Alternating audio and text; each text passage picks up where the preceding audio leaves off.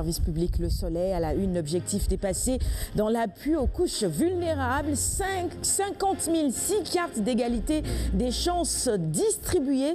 Et puis à la une également, la commercialisation de l'arachide Kaolack fait près de 160 000 tonnes. Ce communiqué de presse de la société Ecotra SA, suite aux fausses informations du journaliste Papa Lénian, est également à lire dans les colonnes du quotidien Le Soleil du jour. L'Observateur sur la préparation de la présidentielle, les grandes batailles politiques de 2018, les voix qui s'offrent à Macky Sall, tout cela analysé ce matin dans les colonnes du quotidien L'Obs. Le quotidien à sa une s'intéresse à la commercialisation de l'arachide et titre la Sonacos trouve une graine à 52 milliards. Nous poursuivons cette revue des titres maintenant avec Walf Quotidien. À la une, le dossier, en tout cas ces dossiers en instance devant les tribunaux et cours. Ça bouge dans la justice, titre Walf Quotidien à sa une. La une de l'AS, cette fois-ci sur le financement de la deuxième phase du PUDC. Le Sénégal décroche 54 milliards.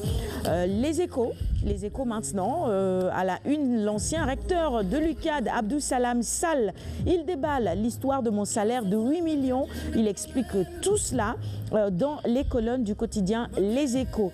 Et puis en ce qui concerne la pacification du centre du Mali, 200 Diambar dans l'enfer de Mopti pour chasser les islamistes. Et nos confrères nous proposent ce matin de revenir sur les opérations qu'effectuent justement ces Diambar au niveau de ce centre. 24 heures info sur la mise en selle des états-majors politiques pour 2019. Les prémices d'une chaudière préélectorale. Et nous passons à Zoom Info maintenant. Clignotant au rouge à la poste, des cadres de la boîte écrivent au président pour dire quoi? Eh bien, vous le saurez en lisant ce matin Zoom Info. Stade quotidien spécialisé en sport sur le mondial 2018. Arrière gauche des Lions, Armand Traoré, une bonne pioche pour Aliou Cissé ou pas?